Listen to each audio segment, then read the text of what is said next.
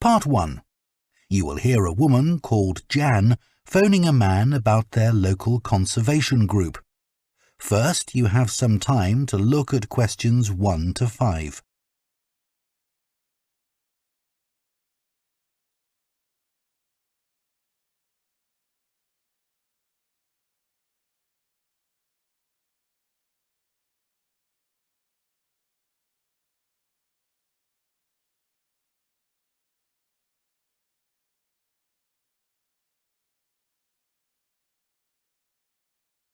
Now listen carefully and answer questions 1 to 5. Hello? Oh, hello. My name's Jan. Are you the right person to talk to about the Buckworth Conservation Group? Yes, I'm Peter. I'm the secretary. Good. I've just moved to this area and I'm interested in getting involved. I was in a similar group where I used to live. Could you tell me something about your activities, please? Of course. Well, we have a mixture of regular activities and special events. One of the regular ones is trying to keep the beach free of litter.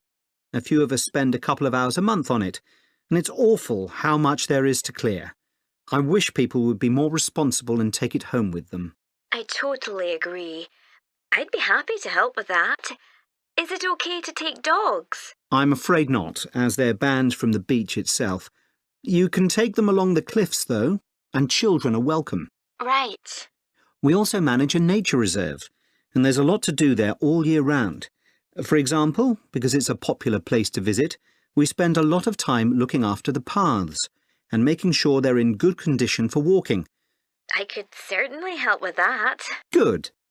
And we have a programme of creating new habitats there. We've just finished making and installing nesting boxes for birds to use, and next we're going to work on encouraging insects. They're important for the biodiversity of the reserve. They certainly are. Oh, and we're also running a project to identify the different species of butterflies that visit the reserve. You might be interested in taking part in that. Sure. I was involved in something similar where I used to live, counting all the species of moths. I'd enjoy that. Another job we're doing at the reserve is replacing the wall on the southern side, between the parking area and our woodshed. It was badly damaged in a storm last month. OK.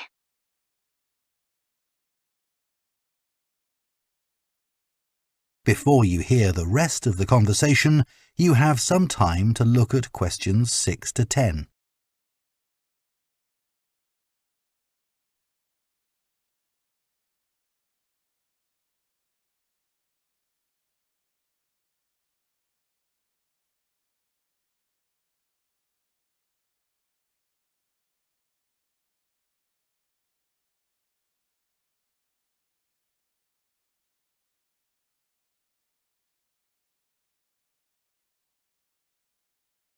Now listen and answer questions 6 to 10.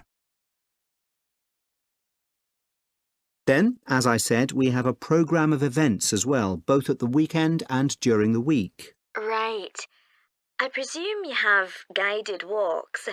I'd like to get to know the local countryside as I'm new to the area. Yes, we do. The next walk is to Ruston Island a week on Saturday.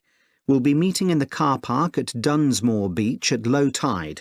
That's when the sands are dry enough for us to walk to the island without getting wet. Sounds good. The island's a great place to explore. It's quite small and it's got a range of habitats. It's also an ideal location for seeing seals just off the coast or even on the beach. OK. And is there anything we should bring? Like a picnic, for instance? Yes, do bring one, as it's a full-day walk. And of course, it'll be wet walking across and back, so make sure your boots are waterproof. I must buy a new pair. There's a hole in one of my current ones. Well, I'd definitely like to come on the walk. Great. Then later this month, we're having a one-day woodwork session in Hopton Wood. I've never tried that before. Is it okay for beginners to take part? Definitely. There'll be a couple of experts leading the session, and we keep the number of participants down, so you'll get as much help as you need. Excellent. I'd love to be able to make chairs. That's probably too ambitious for one day. You'll be starting with wooden spoons. And of course, learning how to use the tools.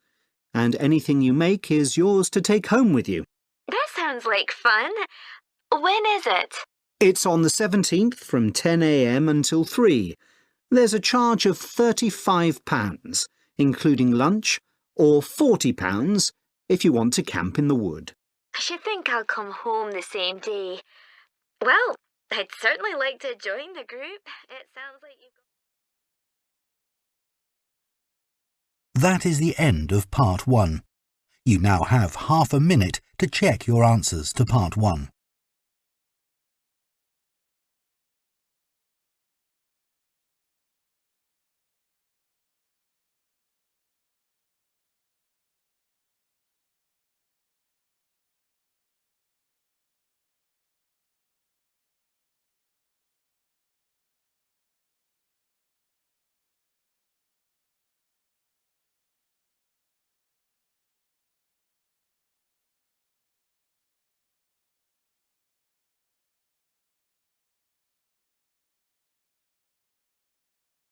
Part 2. You will hear a tour guide, Lou Miller, speaking to a group of people about a boat trip they are going to take around the Australian island of Tasmania. First, you have some time to look at questions 11 to 14.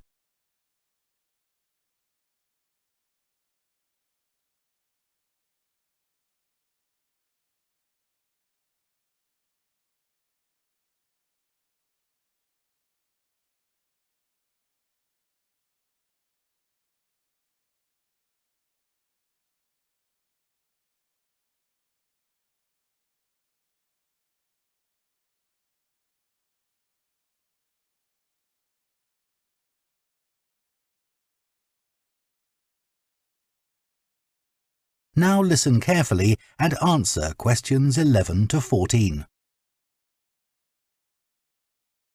So, hello everyone. My name's Lou Miller and I'm going to be your tour guide today as we take this fantastic boat trip around the Tasmanian coast. Before we set off, I just want to tell you a few things about our journey. Our boats aren't huge, as you can see. We already have 3 staff members on board, and on top of that, we can transport a further 15 people, that's you, around the coastline. But please note, if there are more than 9 people on either side of the boat, we'll move some of you over. Otherwise, all 18 of us will end up in the sea. We've recently upgraded all our boats. They used to be jet black, but our new ones now have these comfortable dark red seats and a light green exterior in order to stand out from others and help promote our company. This gives our boats a rather unique appearance, don't you think? We offer you a free lunchbox during the trip, and we have 3 types. Lunchbox 1 contains ham and tomato sandwiches. Lunchbox 2 contains a cheddar cheese roll. And Lunchbox 3 is salad-based and also contains eggs and tuna. All 3 lunchboxes also have a packet of crisps and chocolate bar inside.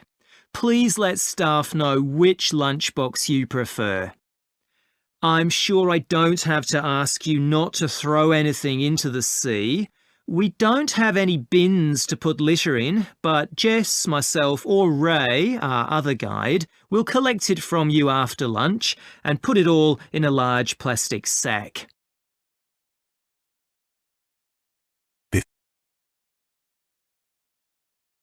Before you hear the rest of the talk, you have some time to look at questions 15 to 20.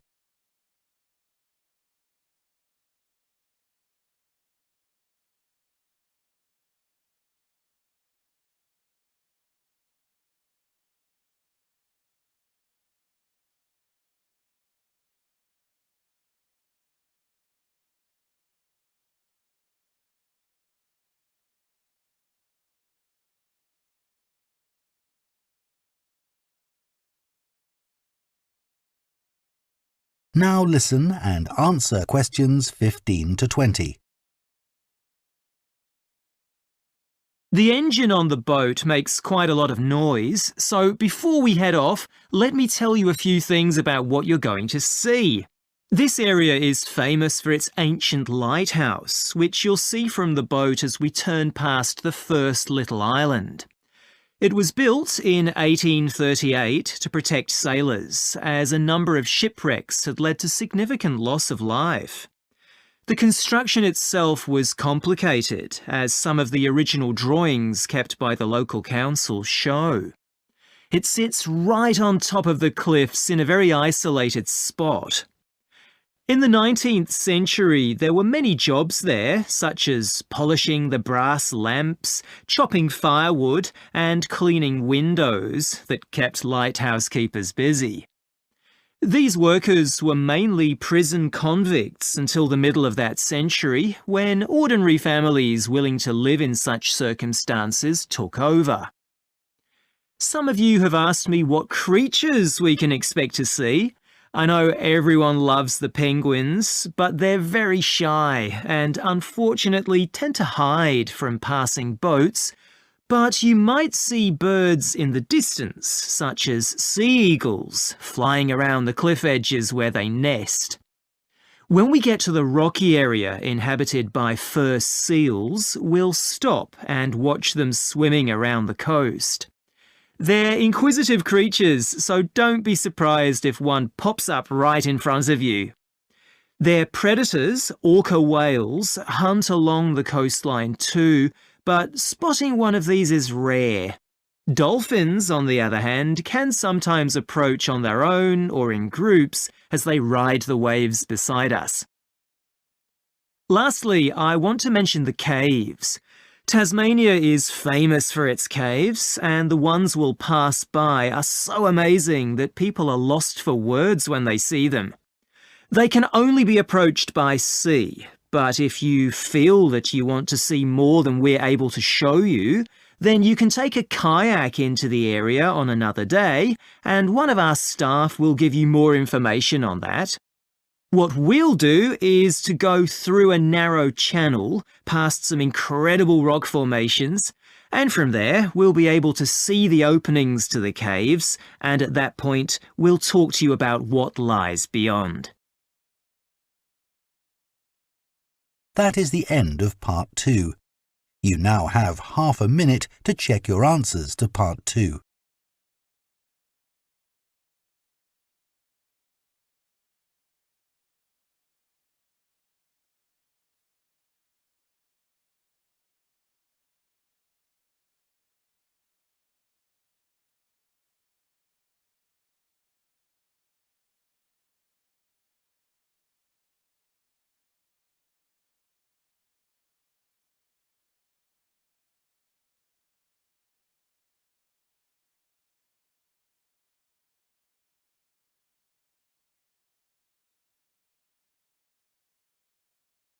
Part 3. You will hear two veterinary science students called Diana and Tim discussing their work placements and their course modules. First, you have some time to look at questions 21 to 26.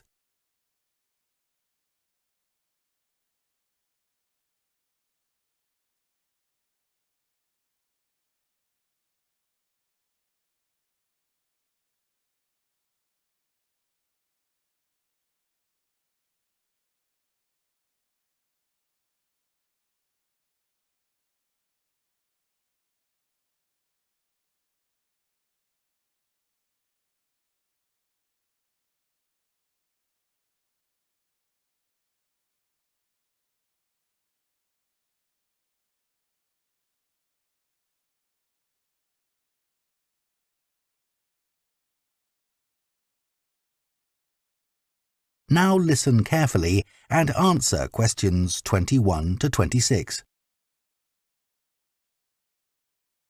So, Tim, we have to do a short summary of our work experience on a farm. Right. My farm was great, but arranging the work experience was hard. One problem was it was miles away and I don't drive. And also, I'd really wanted a placement for a month, but I could only get one for 2 weeks. I was lucky. The farmer let me stay on the farm, so I didn't have to travel.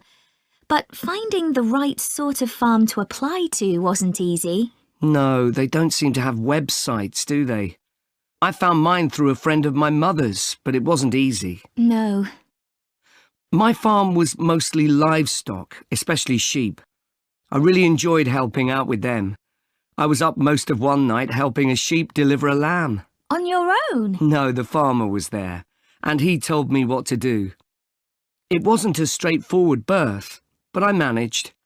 It was a great feeling to see the lamb stagger to its feet and start feeding almost straight away, and to know that it was okay.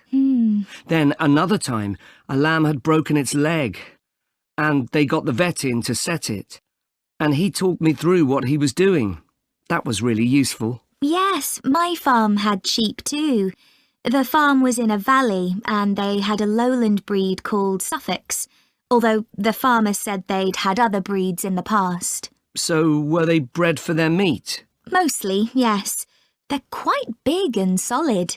My farm was up in the hills, and they had a different breed of sheep. They were Cheviots. Oh, I heard their wool's really sought after. Yes, it's very hard wearing, and they use it for carpets. Right.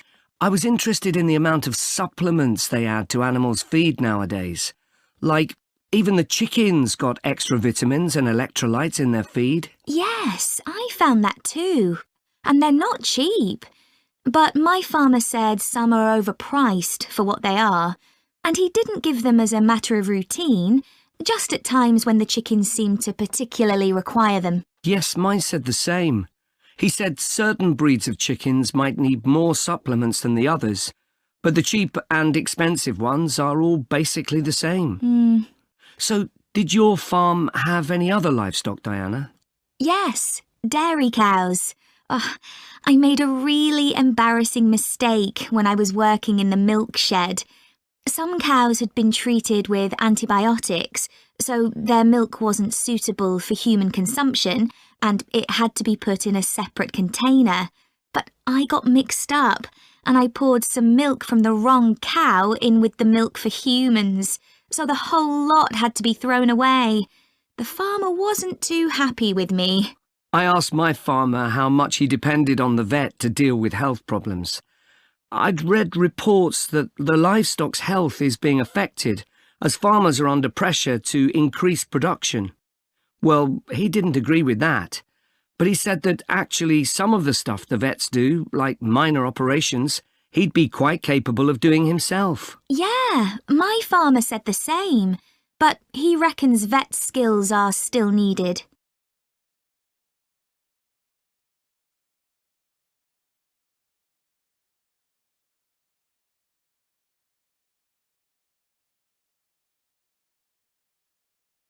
Before you hear the rest of the conversation, you have some time to look at questions 27 to 30.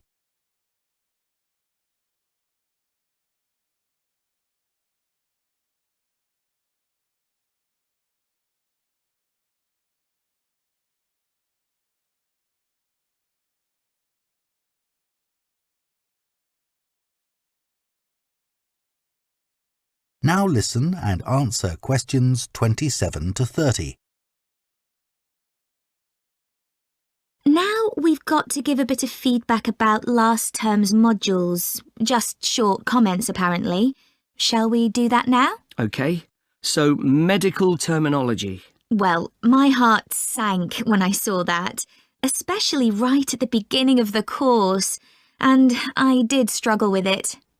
I thought it'd be hard, but actually I found it all quite straightforward.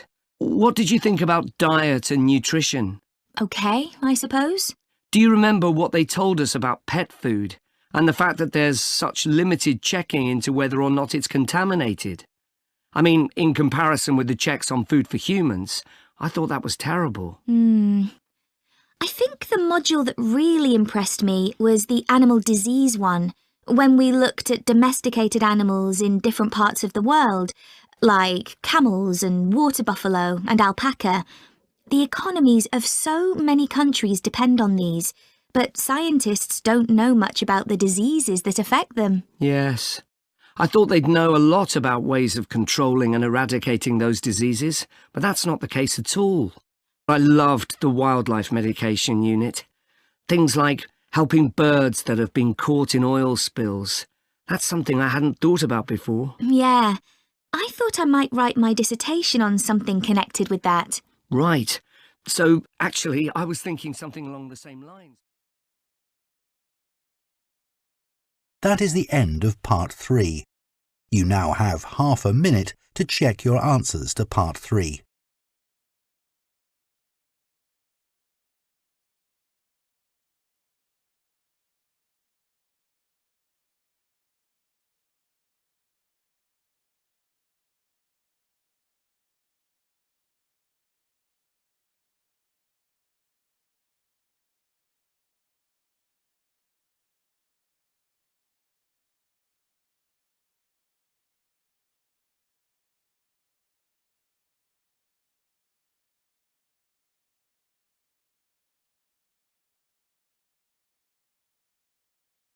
Part 4.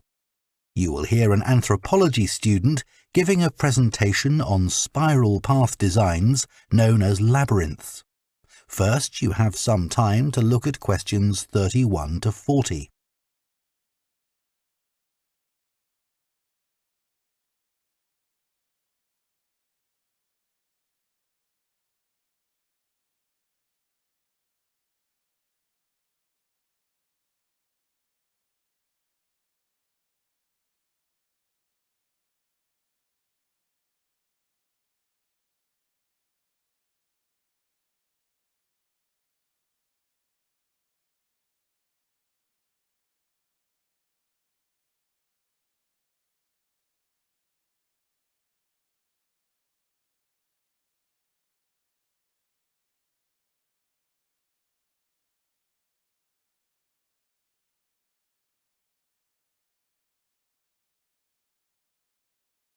Now listen carefully and answer questions 31 to 40. Labyrinths have existed for well over 4,000 years. Labyrinths and labyrinthine symbols have been found in regions as diverse as modern-day Turkey, Ireland, Greece and India. There are various designs of labyrinth, but what they all have in common is a winding spiral path which leads to a central area. There is one starting point at the entrance, and the goal is to reach the central area. Finding your way through a labyrinth involves many twists and turns, but it's not possible to get lost, as there is only one single path. In modern times, the word labyrinth has taken on a different meaning, and is often used as a synonym for a maze. A maze is quite different, as it is a kind of puzzle with an intricate network of paths. Mazes became fashionable in the 15th and 16th centuries in Europe and can still be found in the gardens of great houses and palaces. The paths are usually surrounded by thick, high hedges so that it's not possible to see over them. Entering a maze usually involves getting lost a few times before using logic to work out the pattern and find your way to the centre, and then out again. There are lots of dead ends and paths which lead you back to where you started. The word maze is believed to come from a Scandinavian word for a state of confusion. This is where the word amazing comes from. Labyrinths, on the other hand, have a very different function. Although people now often refer to things they find complicated as labyrinths, this is not how they were seen in the past. The winding spiral of the labyrinth has been used for centuries as a metaphor for life's journey. It served as a spiritual reminder that there is purpose and meaning to our lives, and helped to give people a sense of direction. Labyrinths are thought to encourage a feeling of calm, and have been used as a meditation and prayer tool in many cultures over many centuries. The earliest examples of the labyrinth spiral pattern have been found carved into stone, from Sardinia to Scandinavia, from Arizona to India to Africa. In Europe, these spiral carvings date from the late Bronze Age. The Native American Pima tribe wove baskets with a circular labyrinth design that depicted their own cosmology.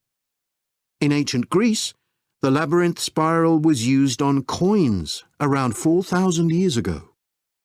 Labyrinths made of mosaics were commonly found in bathhouses, villas and tombs throughout the Roman Empire.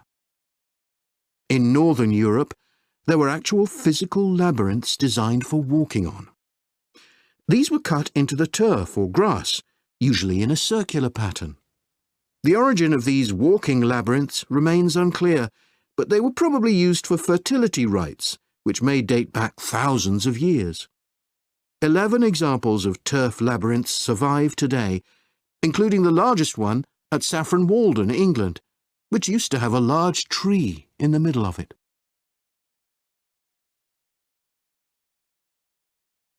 More recently, labyrinths have experienced something of a revival.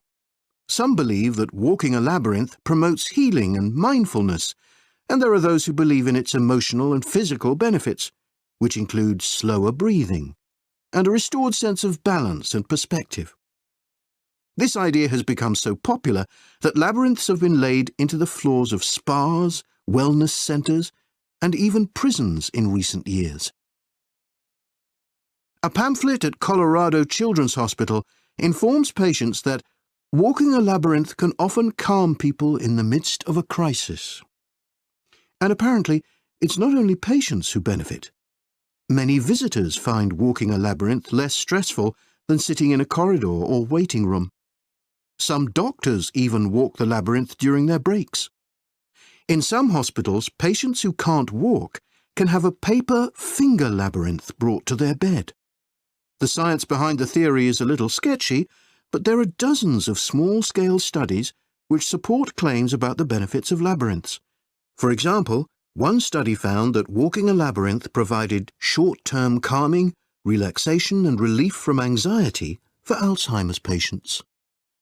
So what is it about labyrinths that makes their appeal so universal?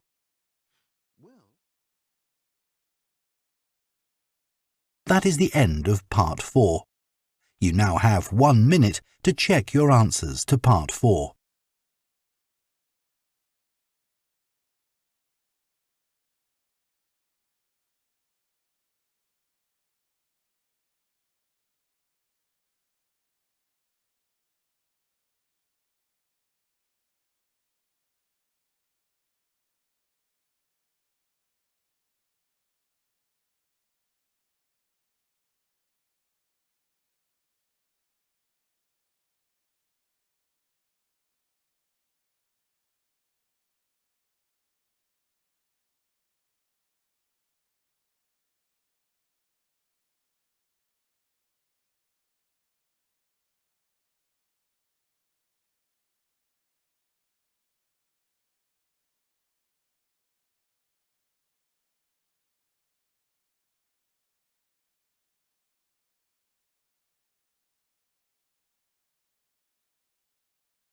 That is the end of the listening test.